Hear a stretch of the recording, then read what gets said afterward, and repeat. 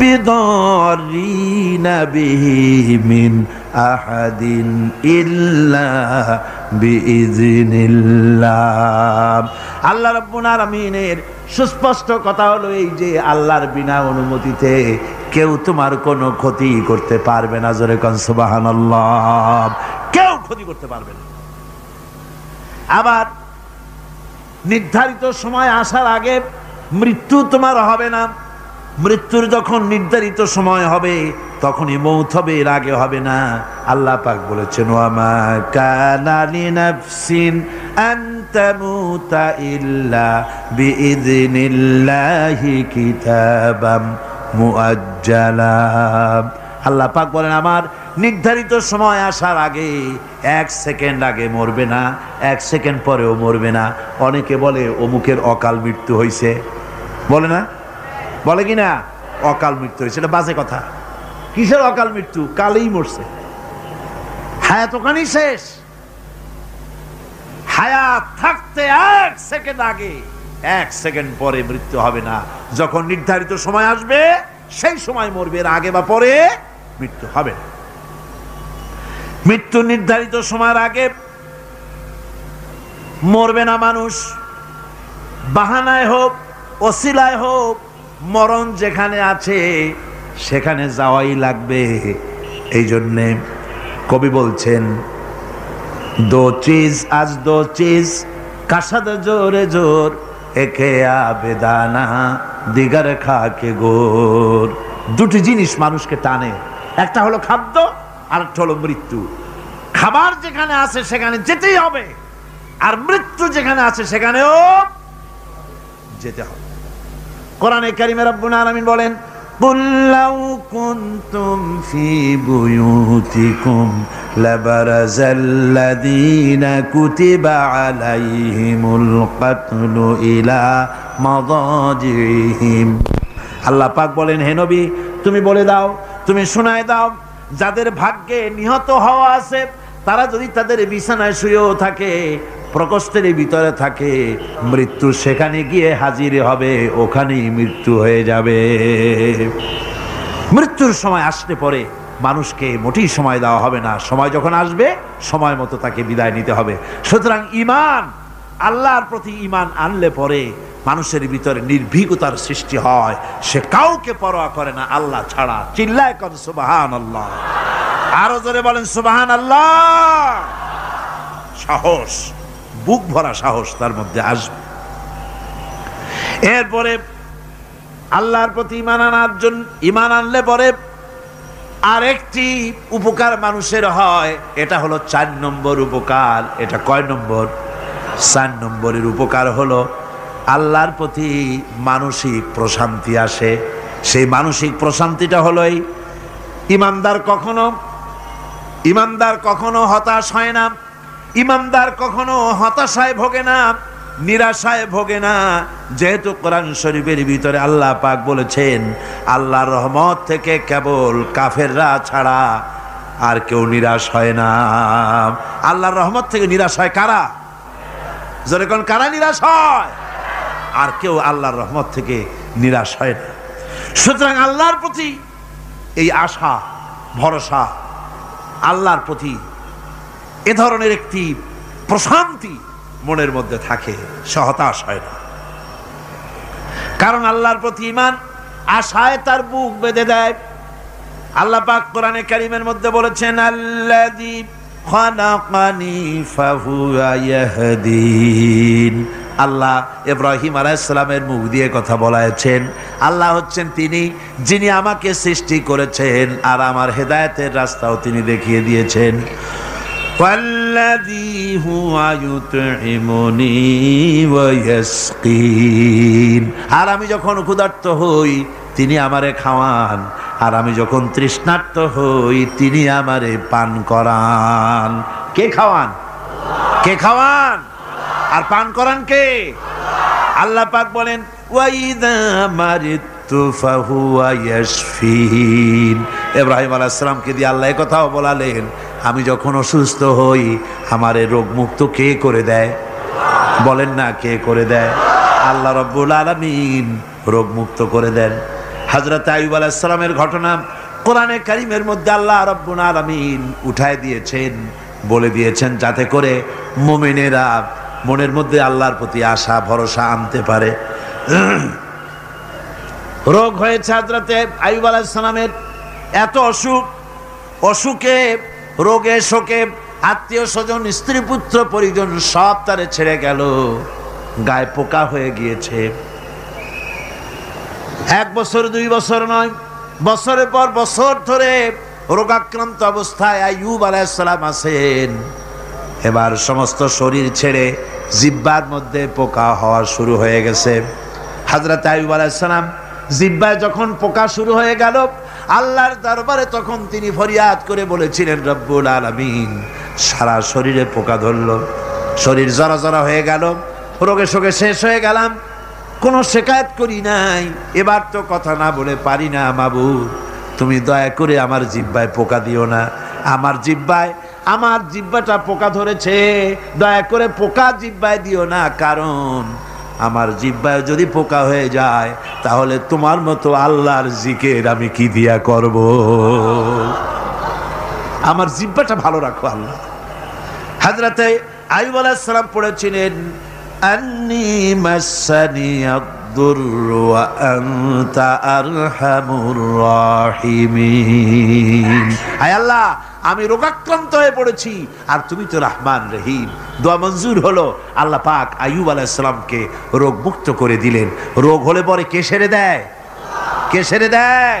আল্লাহর প্রতি এই আশা, এই ভরসা, এই চিন্তা থাকতে হবে। আল্লাহ পাক বলেন, যখন আইয়ুব আমার কাছে দোয়া করলো আমিও জবাব দিয়া দিলাম, কোন সুবহানাল্লাহ। আল্লাহ পাক বলেন, ফাকাশাফনা মা বিহি মিন দুররি ওয়া আতাইনাহু আহলাহু ওয়া মিসলাহুম মাআহুম রাহমাতাম মিন ইনদিনা। আমি তার কষ্ট দূর করে দিলাম, তার হারানো স্বাস্থ্য ফিরিয়ে দিলাম এবং তার সাথী সঙ্গীদেরকে আমার পক্ষ থেকে আমার রহমত দিয়ে তার কাছে সব আবার আমি ফিরাইয়া দিলাম। সুতরাং মুমিন ব্যক্তি কখনো হতাশ হবে না। চতুর্দিকে দেখে বিপদ আর বিপদ, এই বিপদে সে হতাশ হয় না, আশায় বুক বেঁধে থাকে। নিরাশার আধারে তুমি হে আশার নূর, যেখানে বেরোবার কোনো পথ নাই সেখান থেকে পথ বের করে দেয় কে? চিল্লায় কোন কে দেয়? আমার আল্লাহ পাক। দেখেন হযরত ইউসুফ আলাইহিস সালাম হারায় গেলেন, মানে তার 11 ভাই ইউসুফ আলাইহিস সালামকে কুয়ার মধ্যে ফেলাই দিলেন। আর এসে তারা বলল যে ইউসুফ আলাইহিস সালামকে বাঘে খায়া ফেলেছে। এটা কি গল্প নাকি? এটা কোথায় আছে? কোরআন শরীফের মধ্যে আছে। ওই 11 ভাই মনে করেছিল ইউসুফ আলাইহিস সালাম রে কুয়ার মধ্যে ফেলাই দিলাম, এ কুয়ার মধ্যে পচে মরবে, শেষ হয়ে যাবে। কিন্তু ওই 11 ভাই জানে না এটা কোনো কুয়া নয়, এটা হলো একটা সুড়ঙ্গ পথ, এটা হলো একটা টানেল। এক মুখে ইউসুফকে ফেলাই দিল 11 ভাই, কুয়ার আরেক মুখ থেকে আল্লাহ হযরত ইউসুফকে বের করে মিশরের সিংহাসনে বসায়া দিলেন। ওরা বুঝে না, তাই চিরকাল পাপীরা আল্লাহর বান্দাদেরকে, আল্লাহর দ্বীনের গোলামদেরকে অত্যাচার করে, মনে করে শেষ করে ভালাবো, কিন্তু শেষ আল্লাহর গোলামেরা হয় না, ওরাই শেষ হয়। নির্মূল যারা করতে চায় ওরাই নির্মূল হয়ে যায়। টিকে থাকে কে? আল্লাহর গোলামেরা। টিকে থাকে কে? আল্লাহর গোলামেরা টিকে থাকে। নির্মূলেরিয়া নির্মূলই হয়ে যায় সব সময়। ঠিক কিনা কন? জোরে বলেন ঠিক কিনা? ভাইরা আমার, হযরত ইয়াকুব আলাইহিস সালাম ছেলের চিন্তায় চিন্তায় চোখ দুটো অন্ধ হয়ে গেছে, কাঁদতে কাঁদতে চোখ অন্ধ হয়ে গেছে। কিন্তু হতাশ হন নাই, কারণ হতাশ হবে কেবলমাত্র কাফেরেরা। হতাশ হয় কারা? আল্লাহ বলেছেন হতাশ হয় কাফের, ইমানদার কখনো হতাশ হয় না। হযরত ইয়াকুব আলাইহিস সালাম ছেলে হারাইয়া কি বলতেছেন শোনেন। আল্লাহ তার কথা কোরআনে কারীমের ভিতরে আল্লাহ কি সুন্দর করে উঠায় দিয়েছেন। হযরত ইয়াকুব পড়তেছেন, ফাসাবরুন জামিলুন আসাল্লাহু আইয়াতিয়ানি বিহিম জামিআন ইন্নাহু হুয়াল আলিমুল হাকীম। ফাসাবরুন জামিল, ধৈর্য ধারণ করাই এখন আমার জন্য উত্তম। আমি এখন ধৈর্য ধারণ করব, হয়তো শীঘ্রই আল্লাহ আমার যাদের হারাইছি তাদের সকলকে আল্লাহ আমার কাছে ফিরিয়ে দিবেন। তিনি সুবিজ্ঞ, তিনি প্রচন্ড ক্ষমতার মালিক। আশায় বুক বেঁধে থাকলেন তিনি। আর ইউসুফ আলাইহিস সালাম আজকে প্রেসিডেন্ট। তিনি মিশরের কি তিনি 11 ভাই গেছে সেইখানে খাবার আনার জন্য। হযরত ইউসুফ আলাইহিস সালামের চিনতে কোনো কষ্ট হয় নাই। ওরা তো চেনে নাই, কিন্তু ইউসুফ আলাইহিস সালাম চিনে ফেলেছেন। হযরত ইউসুফ কোনো প্রতিশোধ নিলেন না। হযরত ইউসুফ পরিচয় দিলেন আর বললেন, ভয় পাইও না, খাদ্য তোমাদেরকে দিয়া দিব। তোমাদের ব্যাপারে আমার বক্তব্য হচ্ছে, লা তাসরিবা আলাইকুমুল ইয়াউম, তোমাদের বিরুদ্ধে আমার কোনো ক্ষোভ নাই, বিদ্বেষ নাই, মাফ করে দিলাম। এই জামাটা নিয়ে যাও, আমার আব্বার জন্য এই জামাটা নিয়ে যাও। জামা নিয়ে যাচ্ছে মিশর থেকে। কোথায় কেনান, কোথায় মিশর? মিশর থেকে ইউসুফ আলাইহিস সালামের জামা নিয়ে ছেলেরা কেনানের দিকে যাচ্ছে। আর এদিকে হযরত ইয়াকুব বলতেছেন, আমি যেন আমার নাকের ভিতরে ইউসুফের গন্ধ পেতেছি। সুবহানাল্লাহ। জামা চলে এলো, চোখের উপরে তিনি রাখলেন, আল্লাহ চোখ ভালো করে দিলেন। সুবহানাল্লাহ।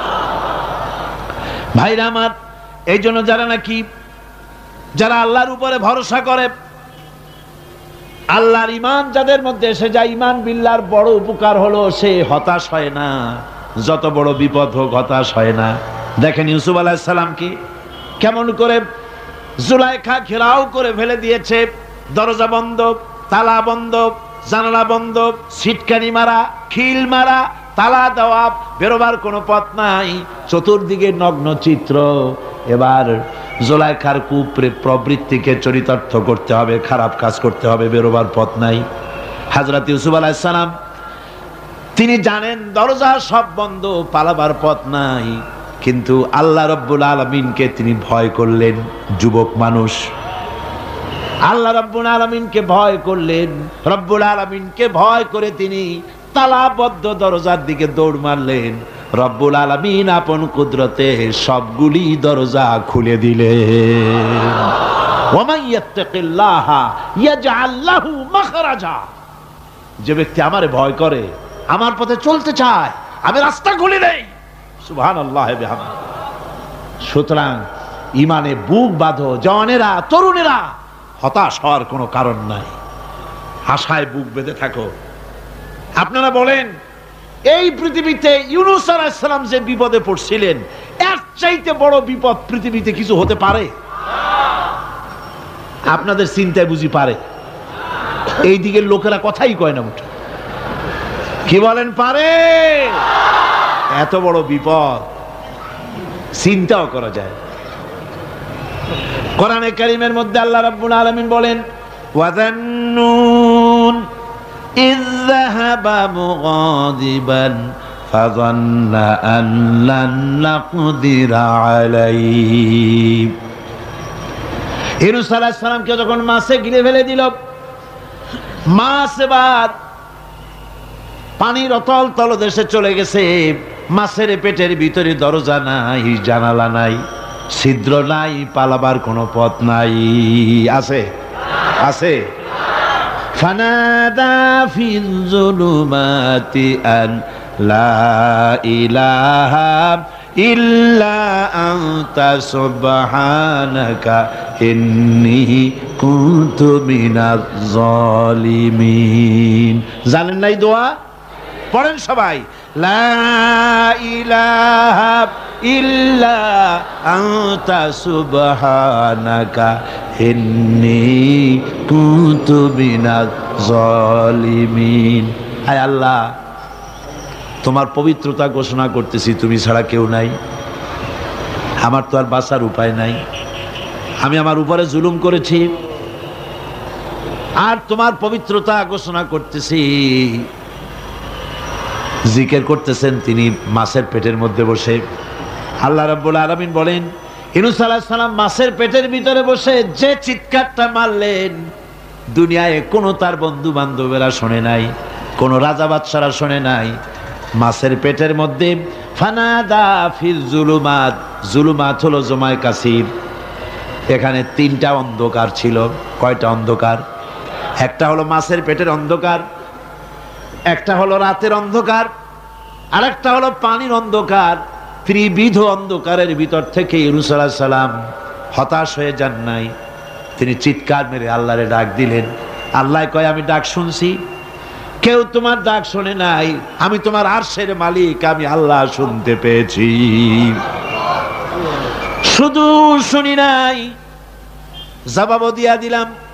ফাস্তাজাবনা লাহু ওয়া নাজ্জাইনাহু মিনাল গাম্মি ওয়া কাযালিকা নুজিল মুমিনিন। পড়েন না সবাই, ফাস্তাজাবনা লাহু ওয়া নাজ্জাইনাহু মিনাল গাম্মি ওয়া কাযালিকা নুজিল মুমিনিন। আমি আল্লাহ পাক বলেন, আমি ইউনূসের ডাক শুনলাম, ডাকের জবাব দিয়া দিলাম, আর মাছের পেটের ভিতরে বেদনার সৃষ্টি করে দিলাম। মাছ এবার ভেসে উঠলো। মাছের আর এখন কোনো উপায় নাই বমি করা ছাড়া। মাছ কিনারায় চলে এলো, ইউনূসকে বমি করে ফেলে দিল। আল্লাহ কয়, শোনো দুনিয়ার মানুষেরা, শুধু ইউনূস আলাইহিস সালামকে নয়, ওয়া কাযালিকা, এইভাবে করে আমার মুমিন বান্দারা যদি বিপদে পড়ে আর আমারে ডাকে, আমি রব্বুল আলামিন এইরকম বিপদ দিয়া বাঁচাইয়া দেব। বিপদ থেকে বাঁচাবেন কে? সুতরাং গতকালকের মতো আবারও বলি, বিপদ আসতে পরে মুসলমানেরা মাজারে দৌড়ায় বেশি। কন নাউজুবিল্লাহ, জোরে কন নাউজুবিল্লাহ। বিপদ আসে আর মাজারে চলে যায়, যাইয়া সেখানে কাঁদে, মাজারের উপরে মাথা ঘা দিতে থাকে, পয়সা দেয়, মোনাজাত করে, কাঁদতে থাকে, মাজারওয়ালার কাছে বিপদ মুক্তি চায়। আহা, নাউজুবিল্লাহ পড়ে। আবারও কন নাউজুবিল্লাহ। বিশ্বাস করুন আমার ভাইরা, বিশ্বাস করুন, আল্লাহর কোরআন আমার হাতে। মাজারওয়ালার কাছে কানলে পরে ওই মাজারে যিনি শুয়ে আছেন, আল্লাহর কসম, তার কোনো ক্ষমতা নাই আপনাকে বিপদ থেকে বাঁচাতে পারে। আছে ক্ষমতা? জোরে বলেন আছে। বিপদ থেকে বাঁচাবে কে? কে বাঁচাবে? আল্লাহ। আপনারা টাকা দেন, আর ওই টাকাগুলি ওইখানে মাজারে বৈশা জনমের খাওয়া খায় মাজারের পাহারাদার এক শ্রেণীর পান্ডারা। টাকাগুলা মাথায় দেখবেন মাজার কেন্দ্র করে লাল লাল চাদর গায়, তারপরে শট, মাথায় জট, দাড়িতে জট, দাড়িতে জট, আর মোষ। হায় রে মোষ!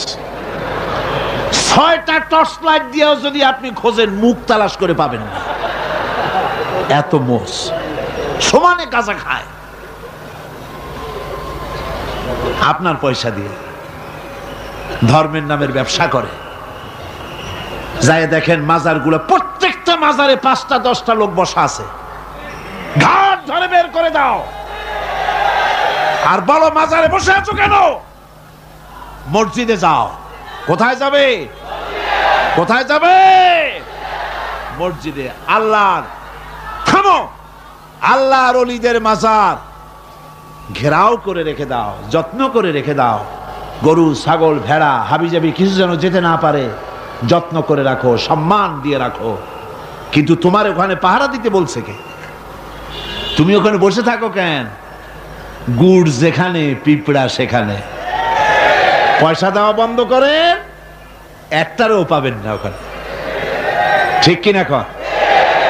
সব ধান্দাবাজ পয়সার লোভে ওখানে বসে থাকে, গাঁজা খায়, মদ খায়, নামাজ পড়ে না। আর আপনার টাকা দিয়া খোঁজ নিয়ে দেখেন মাজারের মুতল্লি যত আছে সব বাসের মালিক, ট্রাকের মালিক, কোটি কোটি টাকার ব্যবসা করে। সুতরাং এগুলি ছাড়েন, এ ধান্দাবাজি বন্ধ করুন। মাজারের সাথে কোনো সম্পর্ক নাই। মুসলমানের সম্পর্ক কেবল মসজিদের সাথে। কিসের সাথে? মসজিদের সাথে সম্পর্ক গড়ে। আমার বন্ধুগণ, বিপদ আসলে পরে কবরের কাছে যাওয়া নয়, বিপদ আসলে পরে মসজিদে যান, 2 রাকাত কাজায়ে হাজাতের নামাজ পড়েন।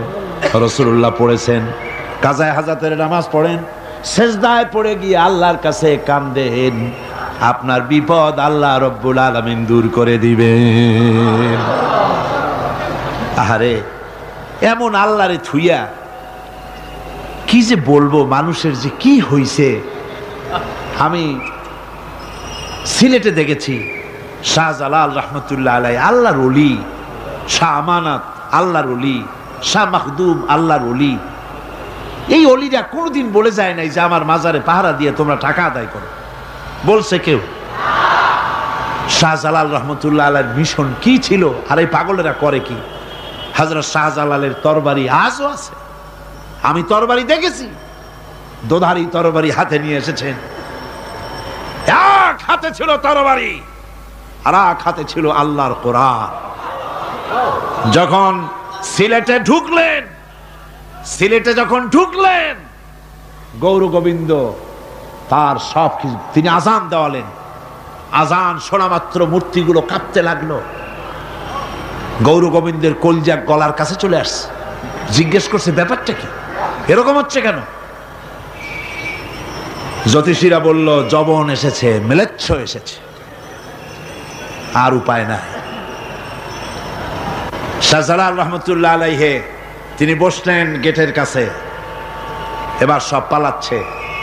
গৌর গোবিন্দ বলল সাপুরিয়াদের ডেকে যে আমারে একটা বাক্সের মধ্যে ভরিয়া সাপ বলে চালাই দিও, আমি সামনে পড়তে চাই না। ভয়তে কলজা গলার কাছে চলে আসছে শুধু আজান শুনে। এরপরে লোক সব চলে যাচ্ছে, উনি দেখতেছেন যাও যাও যাচ্ছে সব।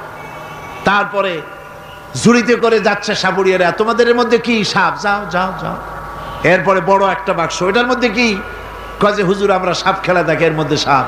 নামাও, আমি সাপ খেলা দেখবো, নামাও ওটা। এরপরে বাক্স খুলছে, দেখে যে আসল সাপ বাইর হয়েছে। গৌর গোবিন্দ বলল যে আমার রাজত্ব ছেড়ে দিলাম, আমারে জানে বাঁচা। শাহজালাল রহমতুল্লাহ আলাইহি বললেন আমি তো মারতে আসি নাই, আমি তো হত্যাকাণ্ড করতে আসি নাই, আল্লাহর দ্বীনকে নিয়ে এসেছি। তিনি ক্ষমা করে দিলেন। সেই শাহজালাল রহমতুল্লাহ আলাইহির মাজারে লোকেরা বিভিন্ন জায়গা দিয়ে যায়, বাস ভরে ভরে যায়, যাইয়া চাদরের উপরে যাইয়া মাথা ঘা দিতে থাকে আর কামতে থাকে। কতগুলো গজাল মাছ আছে, বিরাট বিরাট গজাল, গায়ে শ্যাতলা পড়ে গেছে, দেখলে মনে হয় যেন রিটায়ার্ড অফিসার, এরকম মোটা। ওগুলারে মুড়ি খাওয়ায়, কলজা খাওয়ায়। একটা কুয়া আছে, পানি এত ফসা, কয় যে এইটার আর এক মুখ হলো জমজমের সাথে মিশানো। নাউজুবিল্লাহ। হায় রে মানুষ, মুসলমানের আকীদা হয় এত খারাপ, আকীদা বত্তর হয়ে গিয়েছে। এগুলি ধর্মের নামের ব্যবসা, এগুলি জোরে বলেন কি? এই ব্যবসা বন্ধ করতে হবে, এই ব্যবসা বন্ধ করতে হবে। এরা ধর্মের নামে লুটেরা, চাদর দিয়ে, আগরবাতি দিয়ে, মোমবাতি দিয়ে, সেজদা দিয়ে মুশরিক হয়ে যাচ্ছে, ইসলাম থেকে খারিজ হয়ে যাচ্ছে। আমার কাছে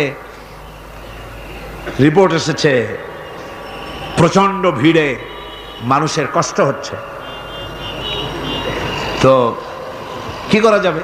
আমি বললাম ভিড়, আর আপনারা যদি ভিড় দেখতে চান তাহলে তো সব লোক দাঁড়ায় যাবে, আপনাদের তো দেখার দরকার নেই। একটু চেপে চেপে বসেন আর জোরে সোরে জিকির করেন লা ইলাহা ইল্লাল্লাহ, লা ইলাহা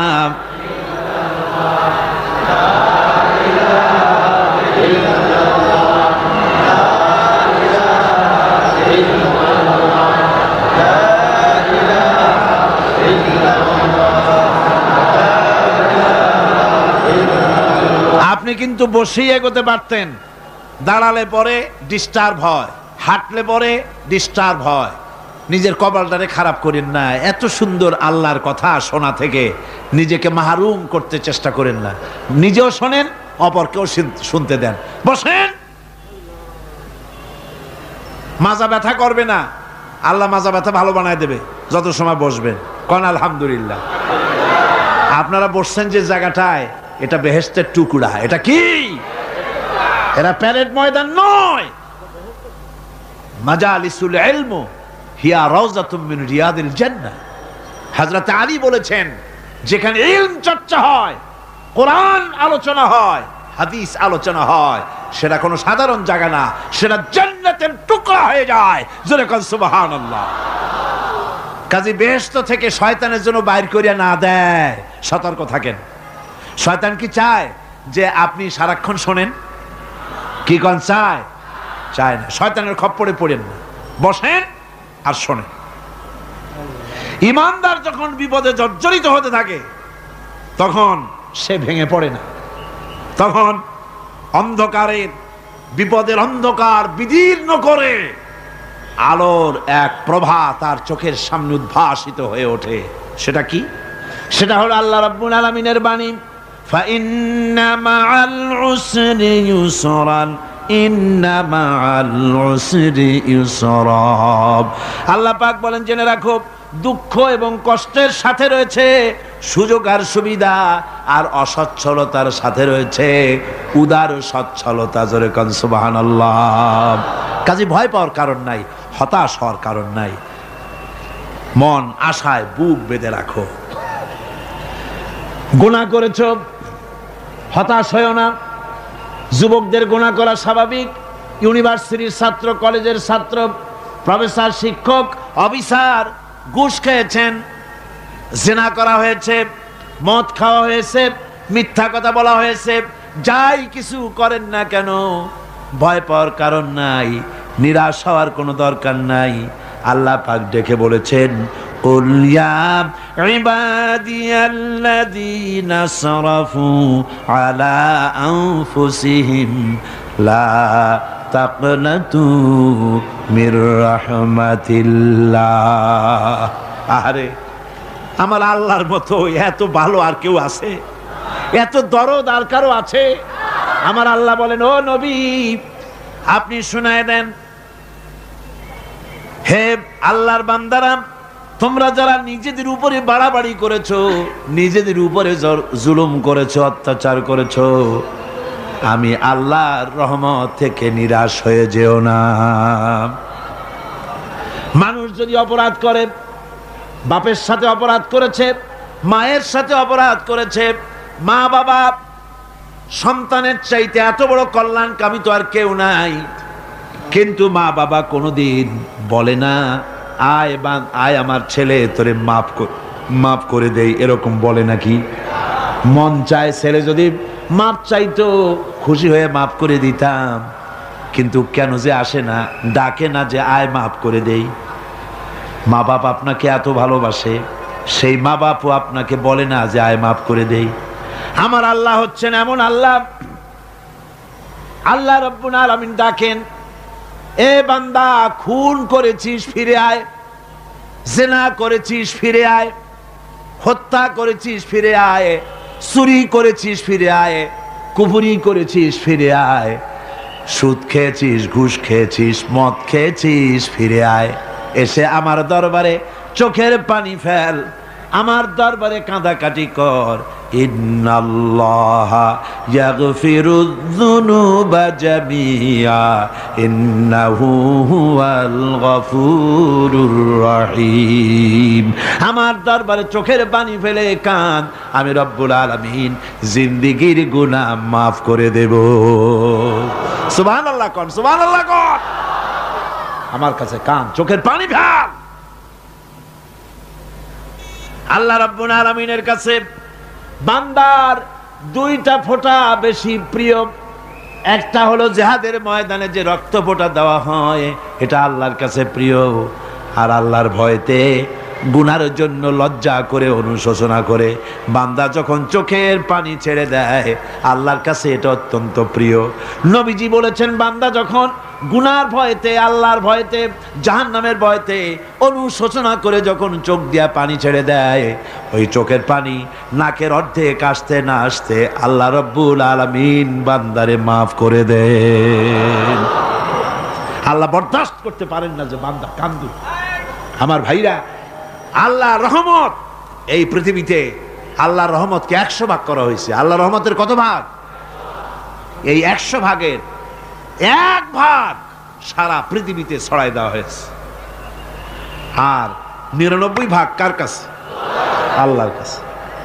1টা ভাগ দুনিয়া ছড়ানো হয়েছে আদম আলাইহিস সালাম থেকে নিয়ে এই পর্যন্ত, এখান থেকে নিয়ে কিয়ামত পর্যন্ত পৃথিবীতে যত মানুষ আসবে, যত প্রাণী আসবে, তাদের মধ্যে প্রাণী জগতেও গাভী তার বাছুরকে ভালোবাসে ঠিক কিনা, হাতি তার বাচ্চাকে ভালোবাসে ঠিক কিনা, মুরগি তার বাচ্চাকে ভালোবাসে কিনা, প্রত্যেক মাই তার সন্তানকে ভালোবাসে মানুষের মতো।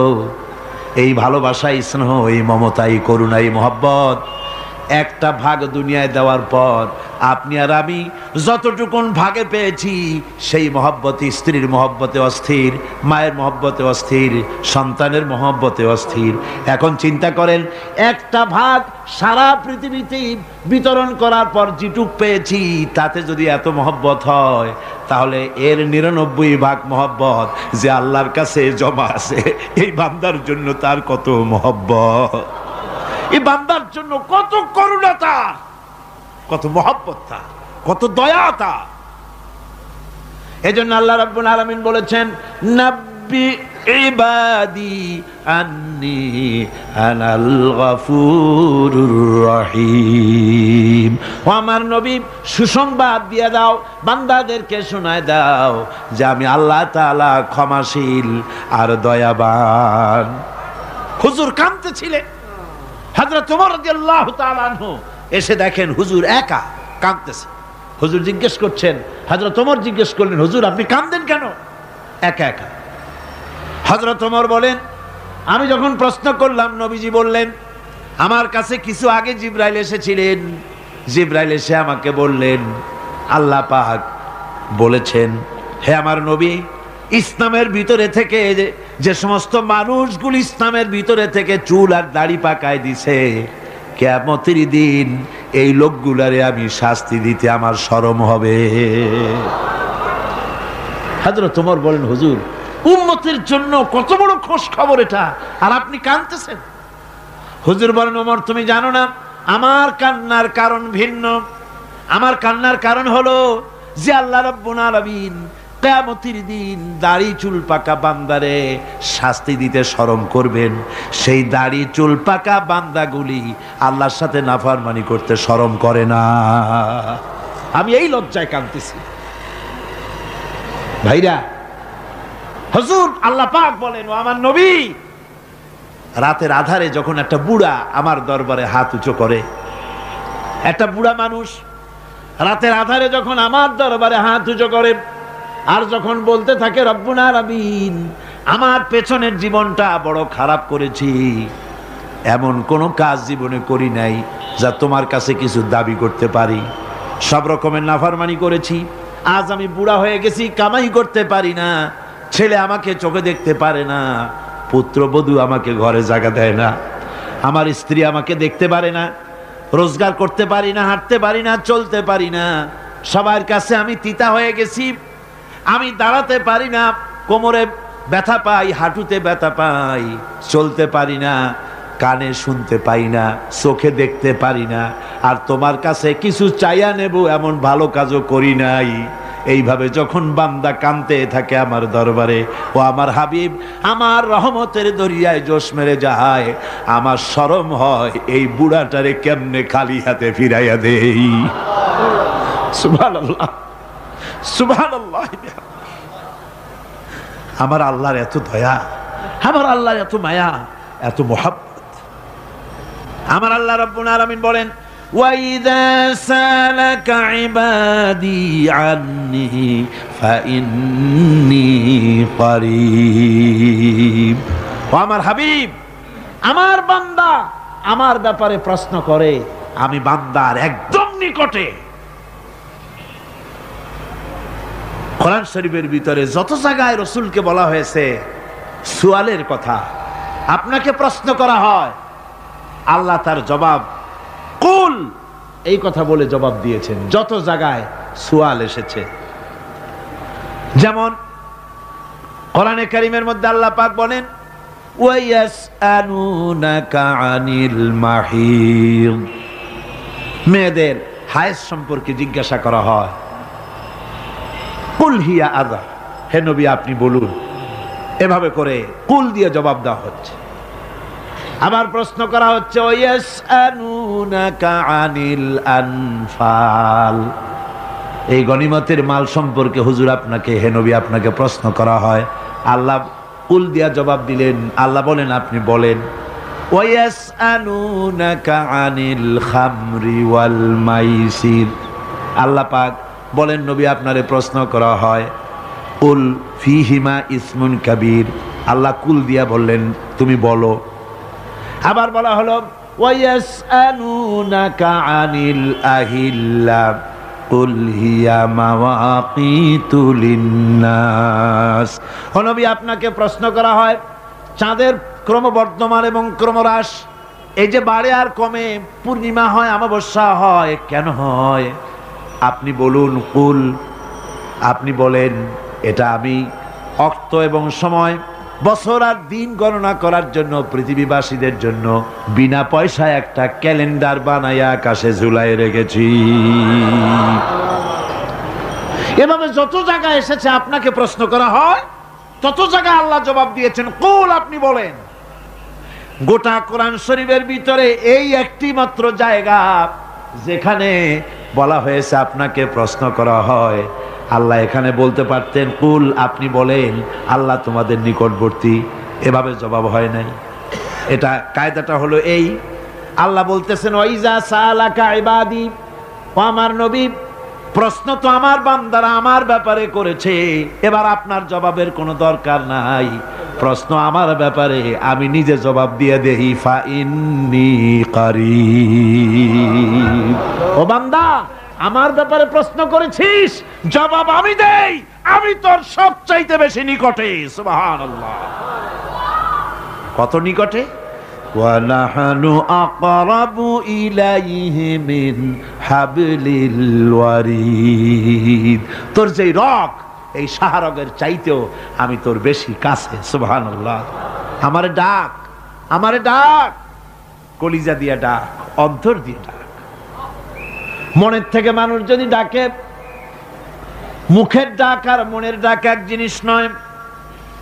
দিল সে जो बात निकलती है असर रखती है पर नहीं मगर ताकते परवाज रखती है।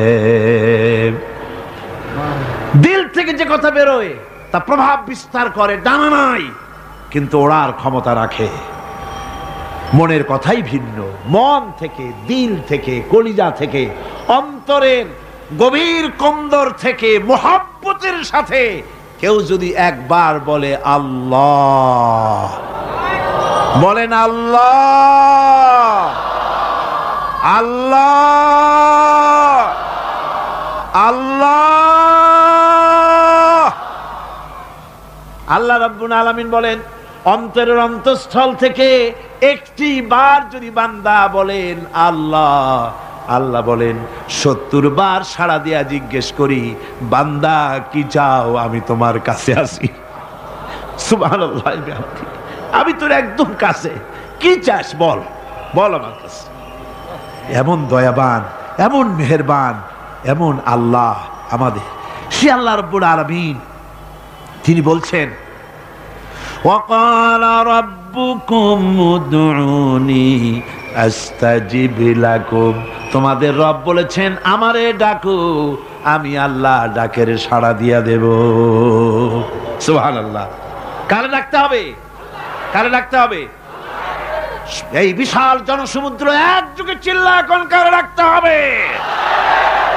কোন পীর সাহেবকে নয়, আল্লাহর কসম কোন খাজা বাবাকে নয়, ডাকতে হবে কারে? চিল্লা এখন কারে? ওয়াকালা রাব্বুকুম উদউনি, তোমার রব তোমাকে বলতেছে আমারে ডাকো, আস্তাজিব লাকুম, আমারে ডাকবে আমি সাড়া দিয়ে দেব। সুবহানাল্লাহ। আল্লাহকে ডাকেন, কি চাই আপনার বলেন, কি চাই? আল্লাহর কাছে চান, আল্লাহ দিয়ে দিবে। দেওয়ার জায়গা আল্লাহর কাছে চাইবেন, আল্লাহ দিবেন। দেওয়ার জায়গা, চাওয়ার জায়গা হলো সেজদায় পড়ে যাবেন। আমার ভাইয়েরা, জায়গাটা চিনায় দিলাম। মাজারে যাওয়া লাগবে না, কবরে যাওয়া লাগবে না। 2 রাকাত নামাজ পড়ে সেজদায় পড়ে গিয়া যত বিপদ আছে, মুসিবত আছে, সেজদার মধ্যে চোখের পানি ছেড়ে দেন আর কেন্দে কেন্দে জীবনের কথা বলেন। আল্লাহ রাব্বুল আলামিন আপনার আওয়াজ শুনবেন আর দোয়া কবুল করে নিবেন। কামতে হবে আল্লাহর কাছে। কার কাছে? আল্লাহর কাছে। সুম্মা ইস্তাগফিরুল্লাহ, আর এরপরে সে যদি আমি আল্লাহর কাছে ক্ষমা চাই, ইয়াজিদিল্লাহ গাফুরার রহিমা, সে আমি আল্লাহকে গফুর এবং রহিম হিসাবে পাবে। সুবহানাল্লাহ। আল্লাহকে গফুর এবং রহিম হিসাবে পাওয়া যাবে। সব আল্লাহকে বলতে হবে, গুনাহ মাফ চাইতে হবে। এই জন্য হুজুর সাল্লাল্লাহু আলাইহি ওয়াসাল্লাম দৈনিক 100 বার তওবা পড়তেন। কোন হাদিসে আছে 70 বার, কোন হাদিসে আছে 100 বার তওবা পড়তেন। নামাজের পরে তো প্রত্যেক নামাজই পড়তেন হুজুর। সালাম ফিরাতেন আর সাথে সাথে বলতেন আল্লাহু আকবার, আস্তাগফিরুল্লাহ, আস্তাগফিরুল্লাহ, আস্তাগফিরুল্লাহ। মনে থাকবে আপনাদের? মনে থাকবে? সালাম ফিরাইয়া কি বলবেন? না, সালাম ফিরাবার সাথে সাথে বলবেন আল্লাহু আকবার, তারপরে পড়বেন আস্তাগফিরুল্লাহ, আস্তাগফিরুল্লাহ, আস্তাগফিরুল্লাহ। তওবা পড়বেন। আল্লাহর কাছে সবসময় গুনাহ মাফ চাইতে থাকবেন, বিনীত থাকবেন। আল্লাহকে পাওয়া যাবে, তাকে রহিম হিসেবে পাওয়া যাবে। সুতরাং ঈমান বিল্লাহ, আল্লাহর প্রতি ঈমান আনলে পরে 4র্থ নম্বরের যে উপকারটা হবে সেটা হলো হতাশায় ভুগবে না, নিরাশায় ভুগবে না, আশায় বুক বেঁধে উঠবে। ঈমান মজবুত হবে, আল্লাহর কাছে মানুষ বিনয়ী হয়ে যাবে। এবার 5ম নম্বরের উপকার আমি বলছিলাম, ঈমান বিল্লাহ, আল্লাহর প্রতি ঈমান আনলে পরে অসংখ্য উপকার হয়, অসংখ্য বৈশিষ্ট্য আছে। এর 6টা উপকারের কথা আমি বলবো। কয়টা? অসংখ্য উপকারের ভিতরে প্রধান 6টি উপকারের কথা বলবো। এর বললাম কয়টা? 4টে বলেছি। এবার বলো 5ম উপকারের কথা। আল্লাহর প্রতি আপনি পূর্ব পশ্চিমে কতবার মুখ ঘোরালেন, এটাই কিন্তু আপনার আসল সৎ কাজ নয়। আসল সৎ কাজ হলো আল্লাহর প্রতি ঈমান আনা। এই ঈমানের ব্যাপারে 3টা দিন আমরা পার করে দিলাম, এখনো কথা শেষ হয় নাই। আল্লাহর প্রতি ঈমান আনলে পরে যে উপকারটা হবে 5ম নম্বরে, সেটা হলো কঠোর এবং কঠিন বিপদের ভিতরে বান্দার ভিতরে অবিচলতা এবং ধৈর্যও সৃষ্টি হয়ে যাবে। আলহামদুলিল্লাহ। কঠিন বিপদ মুসিবত আসলে পরে সে অবিচল থাকবে। সারা দুনিয়ার বিপদ আপদ, শত্রুতা, দুঃখ, কষ্ট, মুসিবত, জুলুম, নির্যাতন সব কিছু পাহাড়ের মতো উঁচু হয়ে তাকে ঘিরে ফেলবে, কিন্তু তাকে এক চুলও নাড়াতে পারবে না। আলহামদুলিল্লাহ। সারা পৃথিবী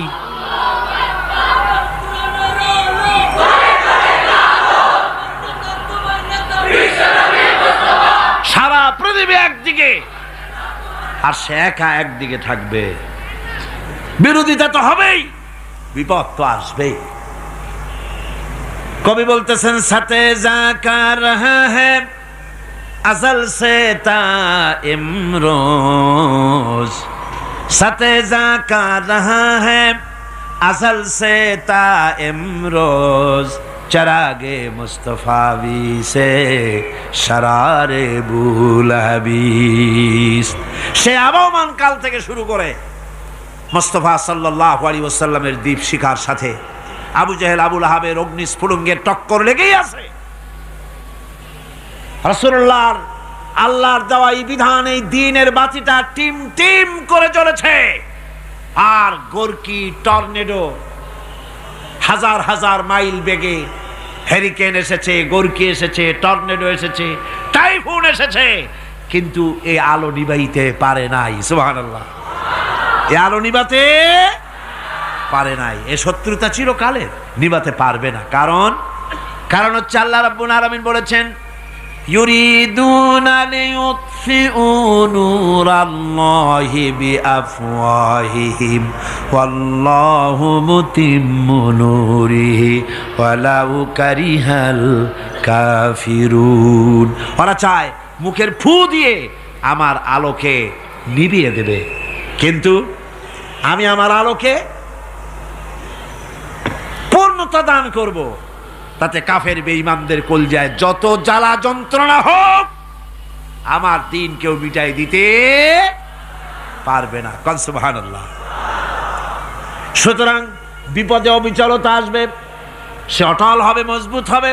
কোরআনে কারীম বলতেছে, ওয়া কাযালিকা জাআলনা লিকুল্লি নাবিয়্যিন আদুওয়াম মিনাল মুজরিমিন। এই পৃথিবীতে এমনি করে আমি সকল নবীদের শত্রু বানিয়েছি, সব পাপিষ্ঠ অপরাধীদেরকে। নবীদের সাথে বিরোধিতা করেছে কারা? পাপিষ্ঠরা, অপরাধীরা। আজও খুঁজে দেখেন, আজও ইসলামী আন্দোলনের বিরোধিতা যারা করে সবগুলি কি পাপিষ্ঠ? সত্য কি না কর? ইসলামী আন্দোলনের বিরোধিতা যারা করে হিসাব করে, চোখ দিয়ে তাকায় দেখেন, খুঁজে দেখেন তাদের নামগুলি। মদখোর, জিনাকার, বদমাশ, চোর, হাইজাকার, বেনামাজি, লুটেরা, মিথ্যাবাদী, সবচাইতে সমাজের নিকৃষ্ট লোকগুলি ইসলামের বিরোধিতা করে।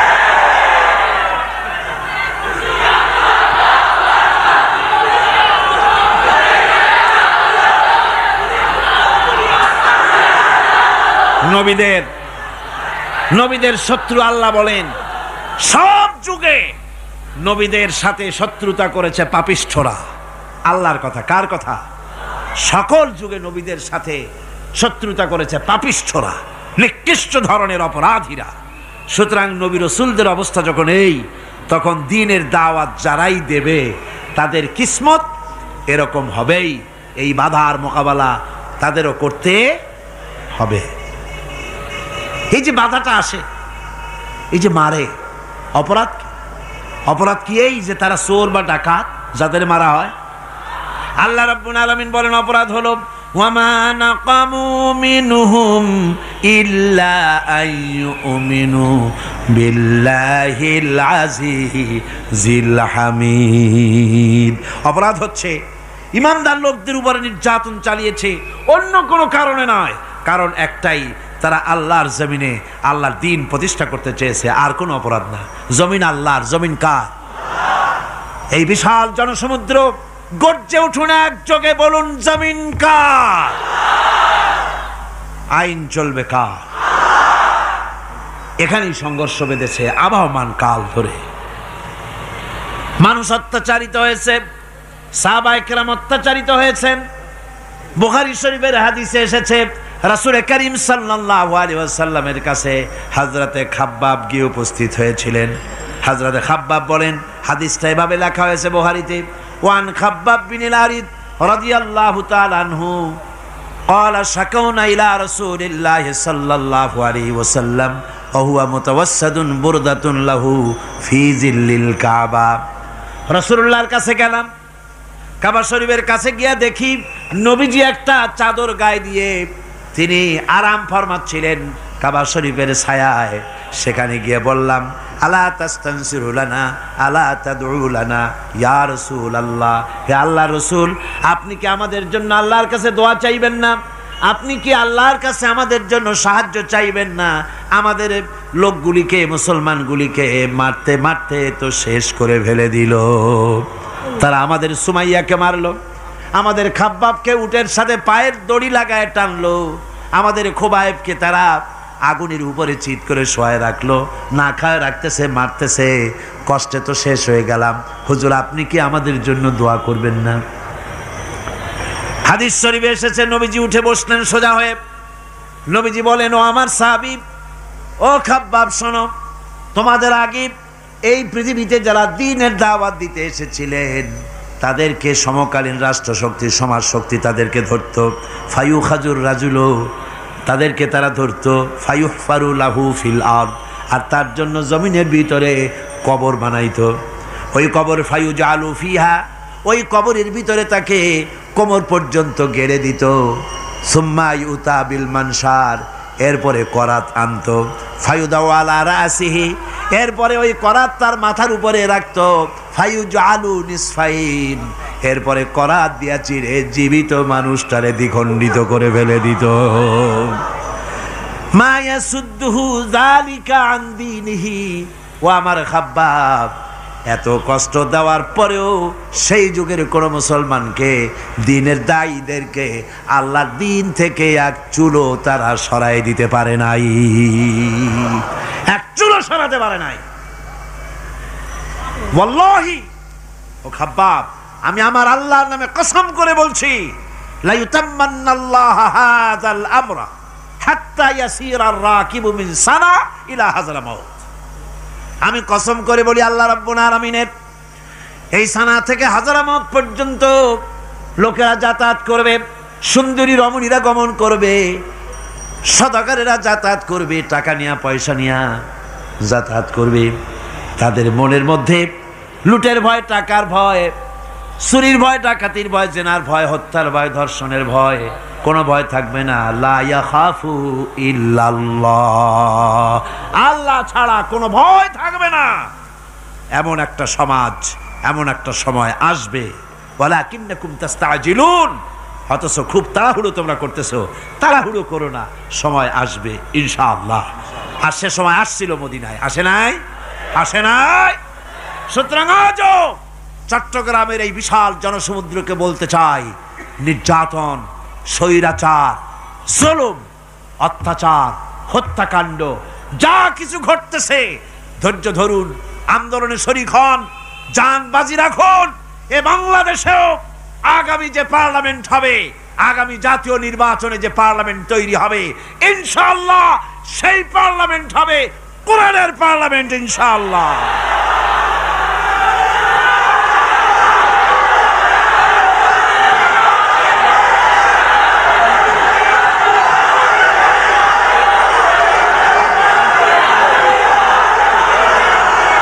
আমার ভাইয়েরা, আমার বন্ধুগণ, কঠিন বিপদে অবিচলতা এবং ধৈর্যের দৃষ্টান্ত রেখে গেছেন আম্বিয়া আলাইহিমুস সালাম। সুবহানাল্লাহ। কঠিন বিপদে অবিচলতা, দৃঢ়তা, ধৈর্য কারে বলে, তার দৃষ্টান্ত কারা রেখেছেন? আম্বিয়া আলাইহিমুস সালাম। ওনারাই আমাদের আদর্শ, নবীরাই আদর্শ। সাহাবায়ে কেরাম রিদওয়ানুল্লাহ তাআলা আলাইহিম আজমাইন আমাদের আদর্শ। ভাইরা আমার, মুসা আলাইহিস সালামকে ফেরাউন যখন ঘিরে ফেলে দিল, কোরআনের সব কথা গল্প গুজবার ইতিহাসের জন্য লেখা হয় নাই। কোরআনের মধ্যে যা লেখা হয়েছে সব বান্দাদের উপদেশের জন্য, যাতে করে লোকেরা চিরটা কাল এর থেকে উপদেশ নেওয়া নিজেদের তৈরি করতে পারে। জোরে বলেন সুবহানাল্লাহ। মুসা আলাইহিস সালামের কথা আল্লাহ বলেন, ফেরাউন তাকে ঘিরে ফেলে দিল, পালাবার রাস্তা নাই।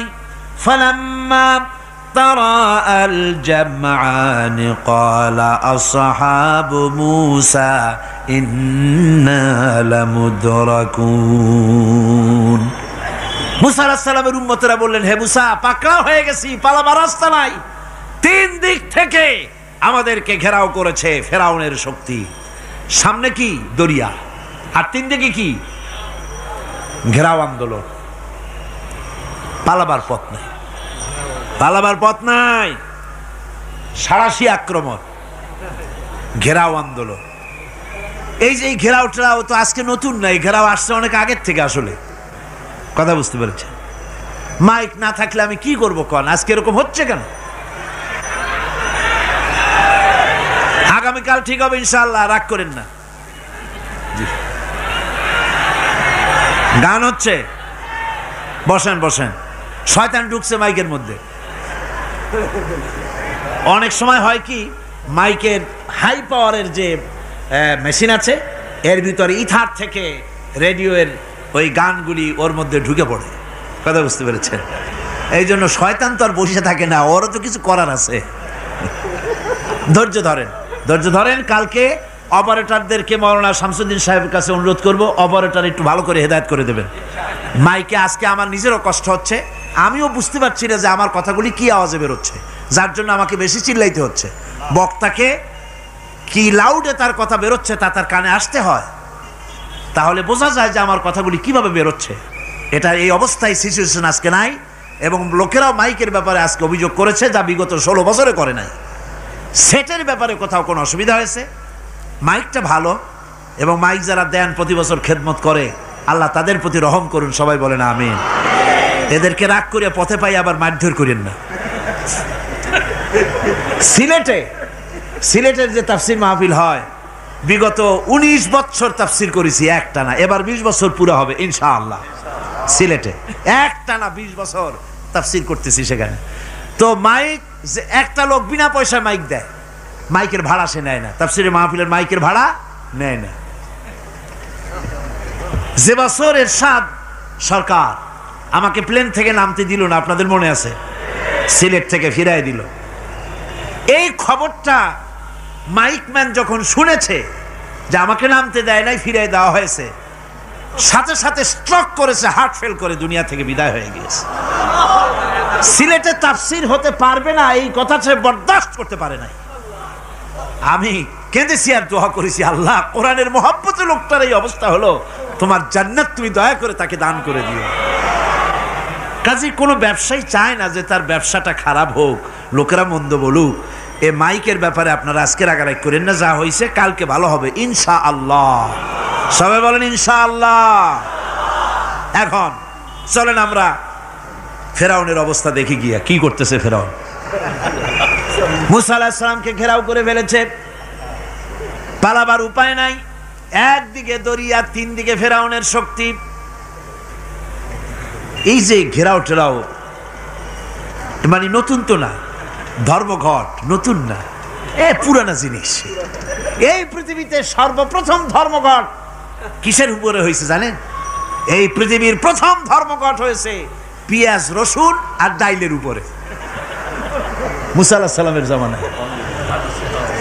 লান নাসবিরা আলা তাআমিন ওয়াহিদ, আমরা এক রকমের খাদ্য আর খাবো না, আমাদের পেঁয়াজ দেওয়া লাগবে, ডাল দেওয়া লাগবে, রসুন দেওয়া লাগবে। সর্বপ্রথম ধর্মঘট হয় মুসা আলাইহিস সালামের জামানায়, সেখান থেকে শুরু হয়েছে। কিন্তু মশাল মিছিল যে আসলো কই থেকে, এইটা আমি খুঁজে পাইনি। পরে প্রত্যেকটা জিনিসের তো ইতিহাস আছে, আমি খুঁজতে খুঁজতে পেলাম। আমি জানি না এর ইতিহাস মূলে কোথায়, কিন্তু আমি যদ্দূর খুঁজে পাইছি সেটা হলো মশাল মিছিলের আবিষ্কার হয়েছে লঙ্কায় রাবণের সময়। হনুমানের লেজে আগুন দিয়া তারপরে লঙ্কা কাণ্ড ঘষালো, নামই আছে লঙ্কা কাণ্ড।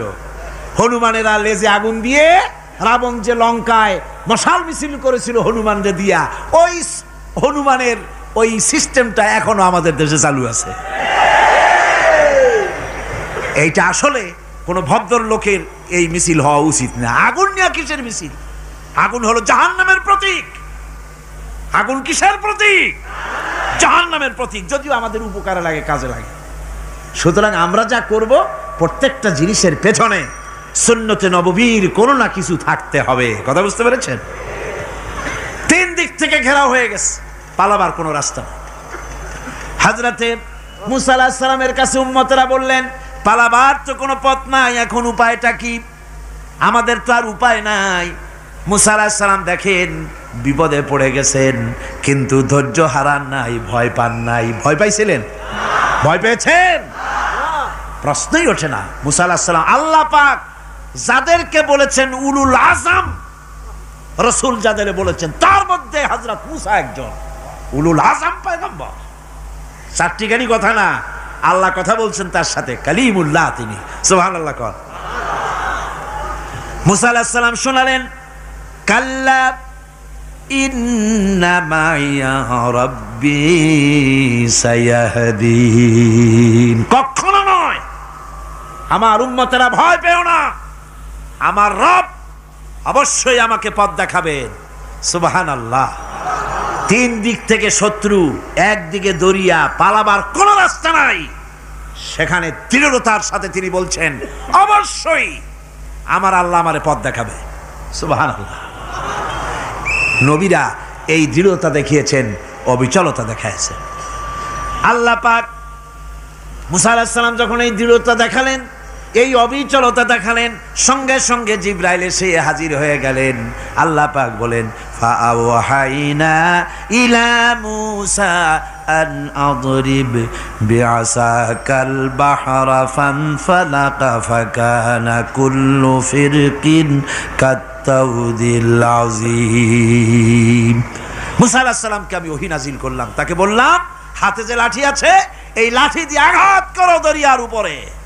দরিয়ার উপরে আঘাত করলেন, একটা রাস্তা হয় নাই, 12টা রাস্তা তৈরি হয়ে গেল। আর দেওয়ালগুলা পাহাড়ের মতো উঁচা হয়ে গেল। দরিয়ার ভিতরে পাহাড়ের মতো উঁচা মজবুত 12টা রাস্তা।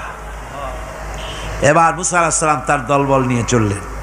আল্লাহ রাব্বুল আলামিন বলেন, ওয়া আনজাইনা মুসা ওয়া মান মাআহু আজমাইন। মুসা এবং তার সাথী সঙ্গীদেরকে আমি পার করে দিলাম।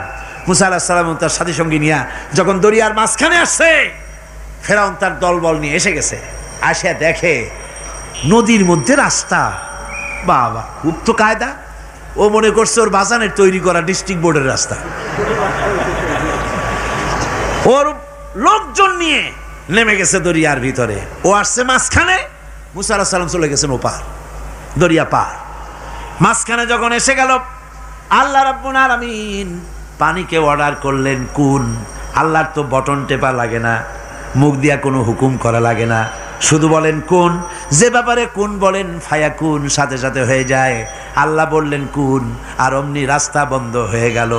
এবার তুফান শুরু হয়েছে নদীতে, ঢেউয়ের উপরে ঢেউ, মৌজুন কাল জিবাল, পাহাড়ের মতো উঁচু হয়ে হয়ে ঢেউ আসতেছে। দলবল ঘোড়া আর অস্ত্রপাতি যা ছিল সব মরিয়া শেষ। এবার ফেরাউন একা উপরে ওঠে আর নিচে নামে, পানি খেতে খেতে পেটের কাম সারা। জনমের খাওয়া খাইছে পানি, এখন জান যায়, বাঁচবার আর উপায় নাই, বাঁচবার আর উপায় নাই। ফেরাউন তার নিজের জীবন সম্পর্কে হতাশ হয়ে গেল। এবার ফেরাউন বলতেছে, আমানতু আন্নাহু লা ইলাহা ইল্লাল্লাযী আমানাত বিহি বানু ইসরাঈল। আমি ঈমান আনলাম, আমি ঈমান আনলাম আল্লাহ ছাড়া কোনো ইলাহা নাই। ওই আল্লাহর উপর ঈমান আনলাম যে আল্লাহর উপর ঈমান এনেছে বনি ইসরাঈলেরা। আল্লাহ যাতে ঠিক পায় যে কোন আল্লাহর উপর ঈমান আনছে। বনি ইসরাঈলের আল্লাহর উপর ঈমান আনলাম। আল্লাহ, এই তো মুসলমান হয়ে গেছি, এরপরও আমারে সুবাও কেন? আল্লাহ রাব্বুল আলামিন জবাবে বলেন, আল আন, এখন ওয়াকাদ আসাইতা ক্বাবলু ওয়া কুনতা মিনাল মুফসিদিন। এখন ঈমান আনার কথা বলছো, অথচ যুগের পর যুগ, বছরের পর বছর ধরে আমার মানুষের উপরে মন গড়া আইন চালায়েছ, আমার পয়গম্বরের সাথে বেয়াদবি করেছ। আজ তোমাকে আমি ছাড়ছি না, তোমাকে আজকে ছেড়ে দেব না, আমি তোমাকে মারব। আর সমস্ত পানির প্রাণীগুলিকে, স্থলচর প্রাণীগুলিকে আল্লাহ পাক অর্ডার দিয়া দিলেন, এই ফেরাউনের লাশকে ডুবাবি না, পচাবি না, খাবি না। আলিয়াউমা নুনাজ্জিকা বিবাদানিক, আমি তোমার শরীরে বাঁচায় দেব। পোকে খাবে না, পানিতে পচবে না, মাছে খাবে না, কুমিরে খাবে না, দুনিয়ার কোনো পশুতে খাবে না। আমি তোরে শুটকি বানাইয়া রাখবো, যাতে করে দুনিয়ার সমস্ত ফেরাউন যত যুগে যুগে আসে তোরে দেখে যেন হেদায়েত নিতে পারে। ফেরাউনকে আল্লাহ শুটকি বানায় রাখছে।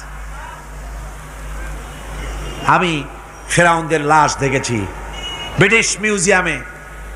ফেরাউন তো একটা না, অনেকগুলা। আসলটারে অবশ্য দেখিনি। ব্রিটিশ মিউজিয়ামে ওই ফেরাউনগুলার লাশ যখন অসুবিধা হয়, মমিগুলি, তখন ইংল্যান্ডে নিয়ে যায় চিকিৎসা করাবার জন্য। চোখ টোক আছে গর্তের ভিতরে, তারপরে চামড়া টামড়া হাড়ের সাথে মিশানো, ওইভাবে চেহারা দেখলে মনে হয় যে সত্যি ফেরাউনিগুলা। আর ব্রিটিশের কাম মিশর থেকে না আনছে এমন কোনো জিনিস নাই। আমি সেখানে এক বক্তৃতায় বলছিলাম, আপনারা এদের এখন সভ্য, এদের এখন ভদ্র, এরা হলো ইন্টারন্যাশনাল চোর। ওরা সারা দুনিয়া চুরি করেছে। লন্ডনে বক্তৃতা করেছি, সারাটা দুনিয়া চুরি করছে, আমাদের দেশকে শোষণ করেছে। এই বিশাল ভূভাগকে শোষণ করে ইংল্যান্ডের দ্বীপটাকে তারা সাজাইছে। তারা ময়ূর সিংহাসনের, শাহজাহানের ময়ূর সিংহাসনের ময়ূরের বাম চোখে কোহিনূর মণি লাগাইছিলেন।